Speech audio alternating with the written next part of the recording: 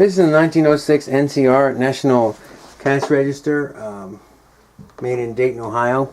You know, it's in good shape. It's missing some glass. You got a broken piece here. You know, broken piece of glass right there. It's got some defects. You know, I guess this might be where the paper went.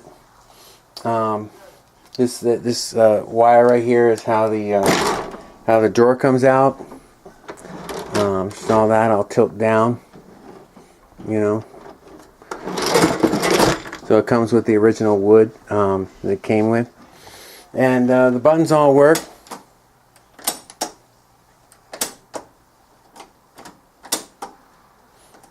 Release them. And then this guy works up here.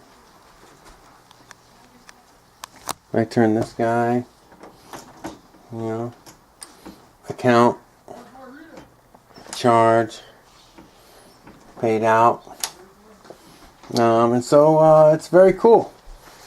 Very heavy, very old.